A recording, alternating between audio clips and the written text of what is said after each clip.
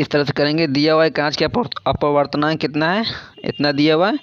सूत्र हमको क्या होता है, ये है, ठीक है। चलिए इस पर हम रख लेंगे, अपने ऑटोमेटिक सॉल्व हो जाएगा क्वेश्चन। अपवर्तनांक इतना दिया हुआ है, ठीक है। तो ये पावर मेरा इतना है, तो ये करना हमको। तो ये वॉल्यूम बराबर इतना, इतना बराबर इतना, ठीक है। तो इससे हम इसमें कट करेंगे, कितना हो जाएगा 2.10⁸ मीटर पर सेकेंड, ठीक है। ये सब आपको ऑब्जेक्टिव में पूछा जाएगा कि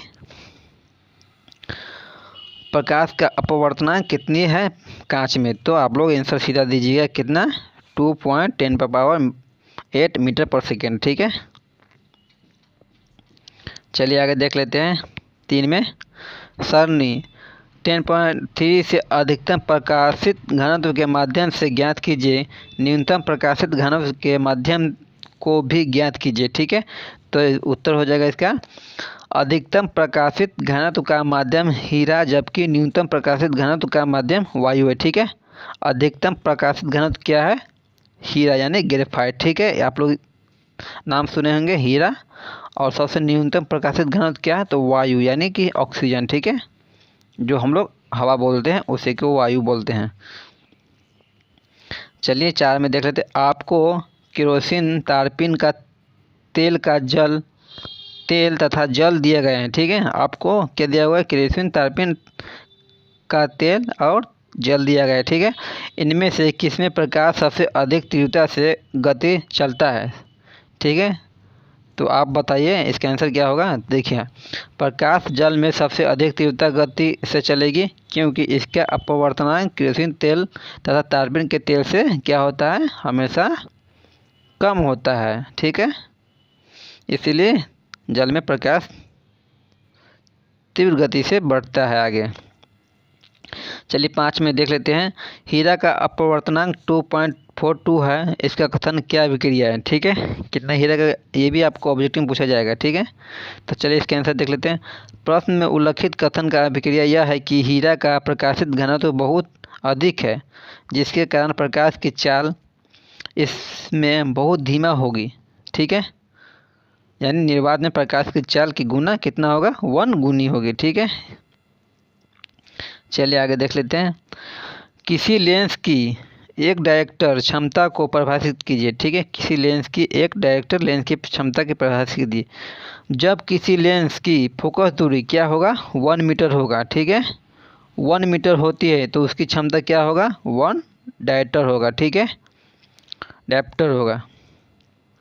चलिए आगे देख लेते हैं, फिर इसको सॉल्व करना है।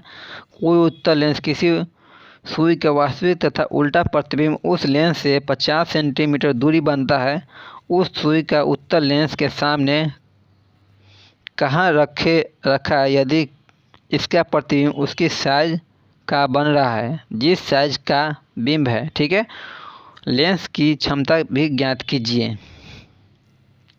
तो चलिए इसका हम थोड़ा हल देखते हैं। हल दिया गया प्रतिबिंब कितना है, ये देखिए 50 सेंटीमीटर है। m बराबर कितना है, 1 है, ठीक है। तो इसके फॉर्मूला क्या होता है, p बराबर 1/f, क्वेश्चन वाट है, ठीक है। तो m बराबर ये हो जाएगा, ठीक है।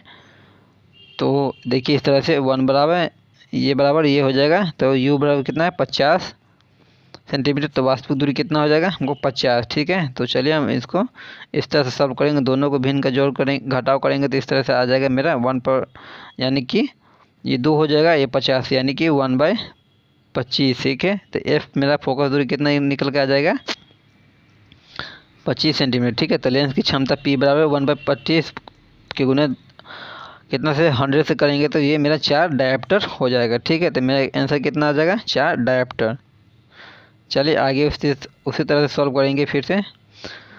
फोकस दूरी वाले किसी अवतल लेंस का फोकस ज्ञात कीजिए। 2018 में क्वेश्चन पूछा हुआ। देखिए हल में दिया गया है फोकस दूरी f बराबर कितना है -2 मीटर। ठीक है, अवतल लेंस की क्षमता P बराबर 1/f होता है। ठीक है, इस तरह से तो P बराबर 1/2 हो जाएगा, तो P बराबर कितना हो जाएगा 0.5 डायप्टर, यानी कि ये मेरा आंसर हो जाएगा। ठीक है, इस तरह से।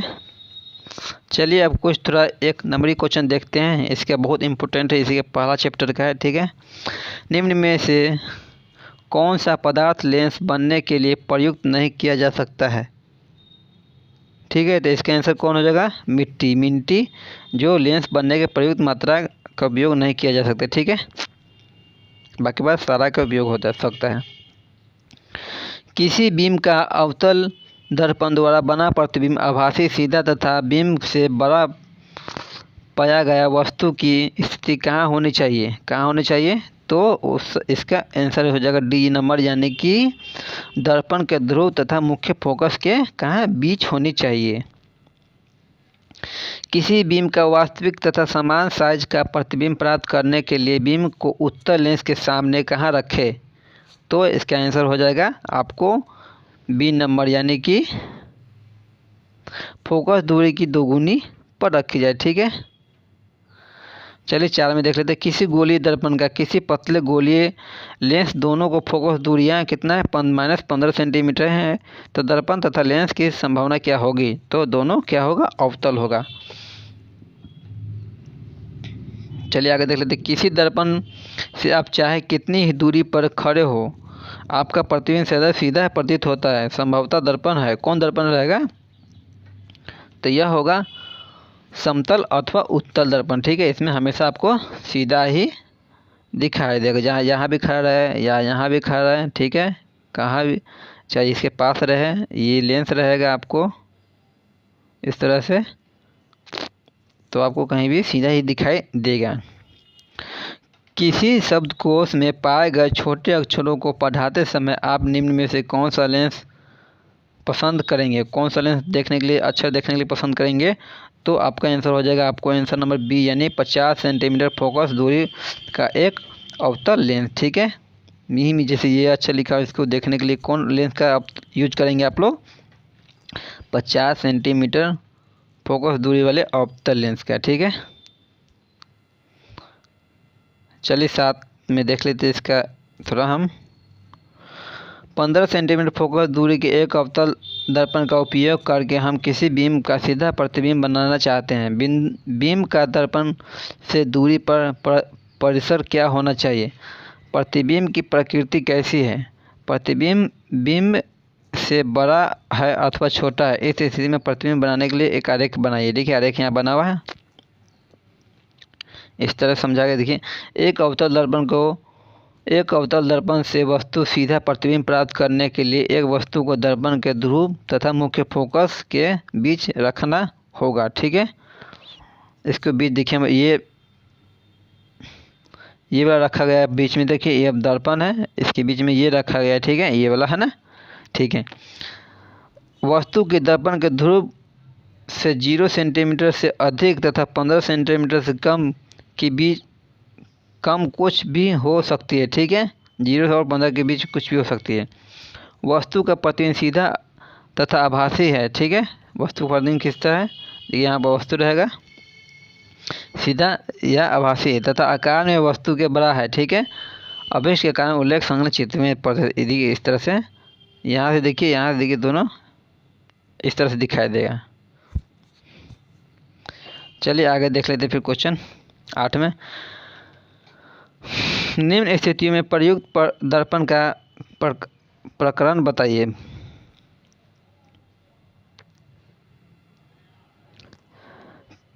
किसी कार का अग्रदीप हेडलाइट, ठीक होता है, जो हेडलाइट होता है उसका भी बताएं। किसी वाहन का प्रसव दृष्टि दर्पण, सौर भट्टी अपने उत्तर के कारण सहित पुष्टि कीजिए। ठीक है, चलिए कार का हम देख लेते हैं। कार की हेडलाइट में अवतल दर्पण का प्रयोग होता है क्योंकि इसके द्वारा एक शक्तिशाली व समानांतर प्रकाश पुंज प्राप्त होता है। ठीक है, बी में देख लेते, बी का आंसर हो जाएगा वाहन के पार्श्व व पश्चात दृश्य दर्पण में उत्तल दर्पण का प्रयोग होता है क्योंकि इसके द्वारा पीछे आ रहे वाहनों का सीधा छोटा व पूर्ण प्रतिबिंब प्राप्त होता है। ठीक है, चलिए सी में देख लेते, सौर भट्टी में अवतल दर्पण का प्रयोग होता है क्योंकि यह सूर्य प्रकाश के किरण का संकेंद्रित कर देता है जिसका ऊष्मा प्राप्त होता है। चलिए 9 में देख लेते हैं, किसी अवतल लेंस का आधा भाग काले कागज से ढक दिया जाता है। ठीक है, क्या यह लेंस किसी बीम का पूरा प्रतिबिंब बना पाएगा? आपको उत्तर प्रयोग देखिए इस तरह से दिया हुआ है, आधा कागज से हम लोग ढक दिया गया। ठीक है, इस तरह से जूम करके हम बता दे रहे हैं, है ना। क्या इसी पूरा प्रतिबिंब बनाएगा? नहीं ना बनाएगा। हाँ, यह लेंस वस्तु का एक प्रतिबिंब बना सकेगा। ठीक है,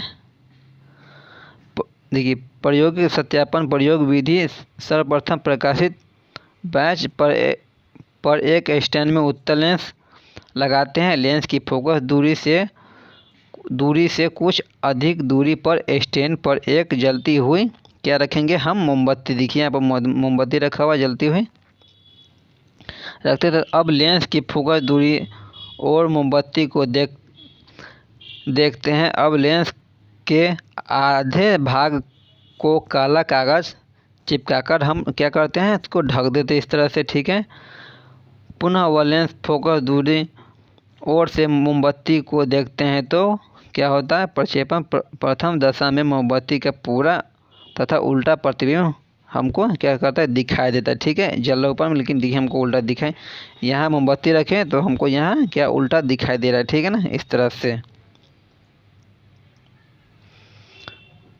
कागज चिपकाने के बाद मोमबत्ती का पूरा प्रतिबिंब दिखाई देता है परंतु इसकी तीव्रता पहले की तुलना में कम हो जाती है। व्याख्या, मोमबत्ती की किसी बिंदु से चलने वाली विभिन्न किरणों लेंस के विभिन्न भागों में अपवर्तित होकर किसी एक ही बिंदु पर मिलेगी। ठीक है, आधा लेंस काला कर देने पर भी उसका बीम पर प्रकाश की किरण आएगी अर्थात मोमबत्ती का पर्दे पर पूरा प्रतिबिंब प्राप्त होगा। ठीक है, परंतु प्रतिबिंब का तीव्रता घट जाएगी क्योंकि प्रकाश किरणें की संख्या कम हो जाएगी। चलिए आगे देख लेते हैं। ये सूत्र आप लोग इसको सॉल्व कर लेंगे फिर उसी तरह से जो हम आपको सूत्र बताए थे। चलिए नेक्स्ट आगे देख लेते हैं। ये भी वही क्वेश्चन है सॉल्व करने के लिए। ठीक है, इस तरह सॉल्व कर सकते हैं इसको। चलिए 13 नंबर देखते हैं। एक समतल दर्पण का उत्पन्न आवर्धन +1 है तो इसका अर्थ क्या है? धनात्मक चिन्ह का अर्थ है कि समतल दर्पण द्वारा बनाया प्रतिबिंब आभासी और सीधा है। इसका प्रतिबिंब का आकार वस्तु के आकार का जितना है। ठीक है, इस तरह से सबको सॉल्व करना है। सॉल्व कर सकते हैं आप लोग, देखिए हम पर सॉल्व दिया हुआ है, सिर्फ आपको समझना है। तो चलिए इस तरह से मेरा आज फिजिक्स का यहाँ समाप्त होता है मेरा क्लास। वीडियो को जरूर से लाइक करें, शेयर करें और आज यहीं पर फर्स्ट चैप्टर समाप्त होगा। फिर कल मैं मैथ का चैप्टर लेकर आऊँगा। तब तक के लिए चैनल पर बने रहें, लाइक करें, सब्सक्राइब करें। तब तक बाय।